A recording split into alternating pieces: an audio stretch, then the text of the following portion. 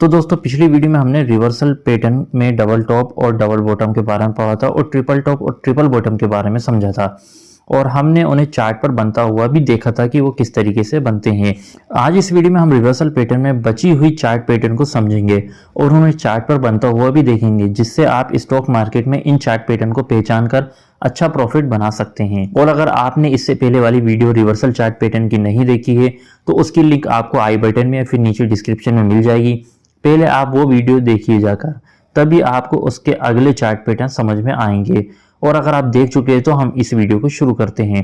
तो अब आपको यहाँ पर कौन सा पैटर्न दिख रहा है? जी, आपको यहाँ पर एक हेड एंड शोल्डर पैटर्न बनता हुआ दिख रहा है। ये आपका घर वाला हेड एंड शोल्डर नहीं है, ये चार्ट वाला हेड एंड शोल्डर है। अब देखिए दोस्तों, यहाँ पर क्या हो रहा है, पहले यहाँ पर प्राइस ऊपर जा रहा था, फिर यहाँ पर आकर इसने अपना हाई पॉइंट बनाया और यहाँ से फिर प्राइस बाउंस बैक हुआ और नीचे जाकर सपोर्ट लाइन से ये फिर ऊपर की तरफ गया। अब यहाँ पर हमारा हो गया रेजिस्टेंस लाइन और ये हो गई हमारी सपोर्ट लाइन। लेकिन आपने यहाँ पर क्या देखा कि जब प्राइस दोबारा से ऊपर जा रहा था तो वो रेजिस्टेंस पर जाकर नहीं रुका। यहाँ पर बायर ने और पुश किया और हमें यहाँ पर एक ब्रेकआउट मिला।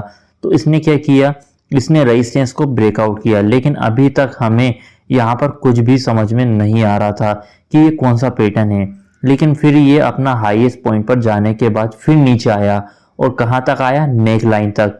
अब देखिए यहाँ पर हमें रेजिस्टेंस मिले और एक यहाँ पर हमें दूसरा रेजिस्टेंस मिला। अब यहाँ पर दो कंडीशन हो सकती है, या तो अगर प्राइस ऊपर जाएगा तो पहली रेजिस्टेंस तक जाएगा या फिर दूसरी रेजिस्टेंस की लाइन तक जाएगा और या फिर ऊपर निकल जाएगा। अगर प्राइस पहली रेजिस्टेंस लाइन पर आकर रुक गया तो यहाँ से हो सकता है कि ट्रेंड रिवर्स हो सकता है और वो अब अगर नीचे जाए तो नेक लाइन को ब्रेकआउट कर सकता है। अगर ब्रेकआउट करता है तो उस कैंडल से हमें एंट्री लेनी है जिसने ब्रेकआउट दिया और उस कैंडल के हाई से हमें अपना स्टॉप लॉस लगाना है। लेकिन आपको इंडिकेटर का भी कंफर्मेशन लेना है। कौन से इंडिकेटर से? MACD, RSI और वॉल्यूम से। अब यहाँ पर हो सकता है कि प्राइस रीटेस्ट के लिए फिर से नेक लाइन तक आए। अगर फिर से आता है तो आपका स्टॉप लॉस तो पहले से ही बुक है। अब दोस्तों आपको यहाँ पर दो टारगेट लेना है। पहला टारगेट आपका सपोर्ट लाइन से पहली रेजिस्टेंस लाइन के डिफरेंस पॉइंट का होगा और दूसरा टारगेट आपका सपोर्ट लाइन से सेकेंड रेजिस्टेंस लाइन तक का होगा। और दोनों टारगेट लेकर आप यहाँ से काफी अच्छा प्रॉफिट बना सकते हैं। अब देखो दोस्तों, इस पैटर्न की सबसे खास बात यह है कि यहाँ पर बहुत मिनिमम सा लॉस है, लेकिन यहाँ पर आपको प्रॉफिट बहुत ज्यादा हो सकता है। अब इस पैटर्न को हम हेड एंड शोल्डर क्यों बोलते हैं? देखिए यहाँ पर आपको दिखा एक हेड और नीचे यहाँ पर हो गए दो शोल्डर, मतलब ये हो गया हेड एंड शोल्डर पैटर्न। और जब ये पैटर्न बनता है तो बहुत स्ट्रॉन्ग इंडिकेशन होता है कि अब यहाँ पर ट्रेंड रिवर्स हो सकता है। तो दोस्तों हम इसे चार्ट पर भी बनता हुआ देख लेते हैं कि किस तरीके से बनता है।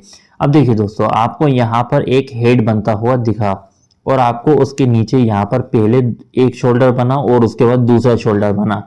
अब ये जरूरी नहीं है कि दोनों शोल्डर एकदम बराबर हो, दोनों लाइन में हो। सपोर्ट और रेजिस्टेंस लाइन थोड़ी टेढ़ी हो सकती है और प्राइस इन दोनों लाइन से 3 या 4% ऊपर नीचे हो सकता है। फिर उसके बाद क्या हुआ दोस्तों, सीधे मार्केट नीचे गया।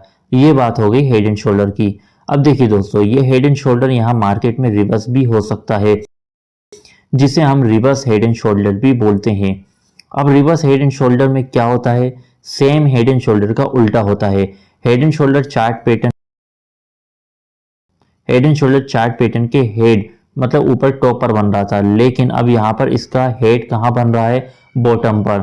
हेड एंड शोल्डर में आखिर में कौन स्ट्रॉन्ग हुआ था? वहां पर सेलर स्ट्रॉन्ग थे, जो प्राइस को बायर के जोर लगाने के बाद भी नीचे लेकर गए। लेकिन अब रिवर्स हेड एंड शोल्डर में कौन स्ट्रॉन्ग हुआ? यहाँ पर बायर स्ट्रॉन्ग हुए और बार बार सेलर के पुश करने के बाद भी यहाँ पर बायर प्राइस को आखिर में ऊपर लेकर जा रहे हैं। इसे हम बोलते हैं रिवर्स हेड एंड शोल्डर। अब इस पैटर्न में क्या हो रहा है कि पहले मार्केट डाउन ट्रेंड में था, मतलब सेलर यहाँ पर प्राइस को नीचे धकेलते जा रहे थे।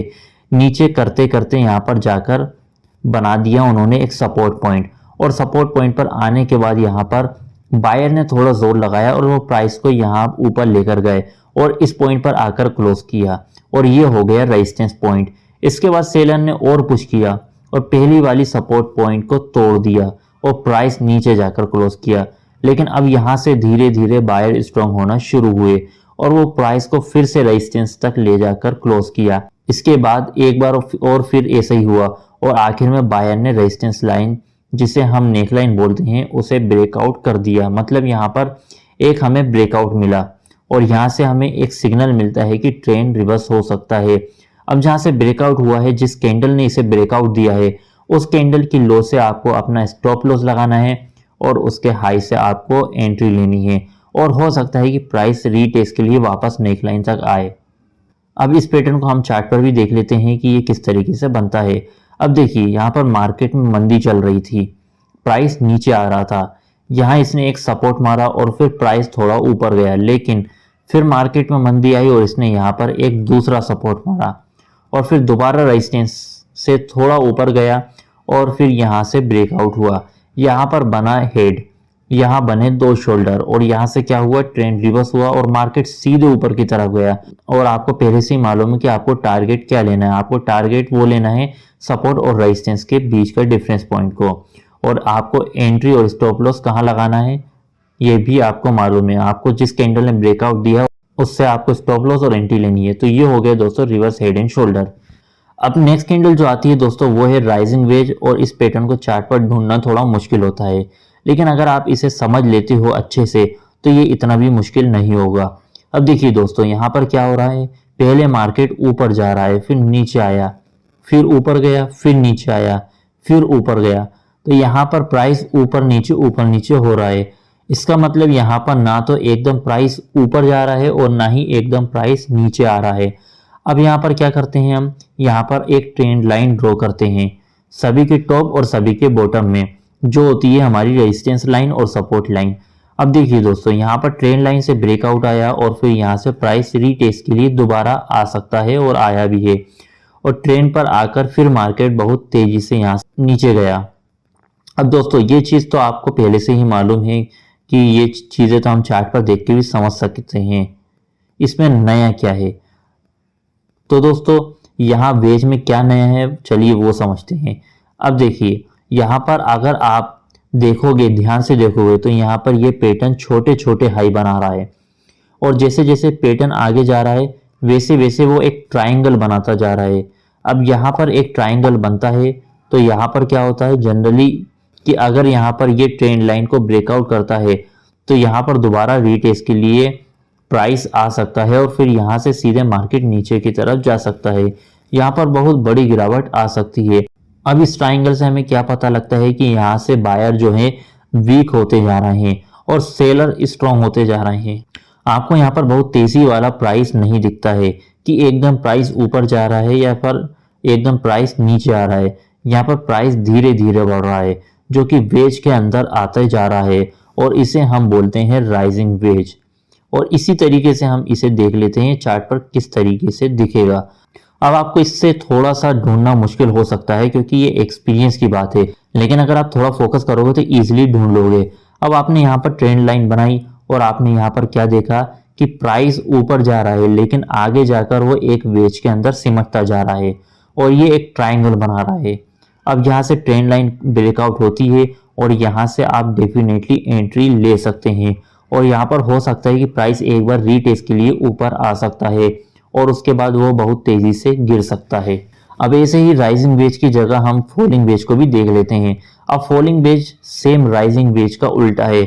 अब इसमें क्या हो रहा है, पहले प्राइस नीचे की तरफ जा रहा है, फिर थोड़ा ऊपर गया, फिर थोड़ा सा नीचे आया, और ये ना ज़्यादा ऊपर जा रहा है और ना ज़्यादा नीचे आ रहा है, और प्राइस जैसे जैसे ये आगे बढ़ रहा है वो एक ट्राइंगल के अंदर सिमटता जा रहा है।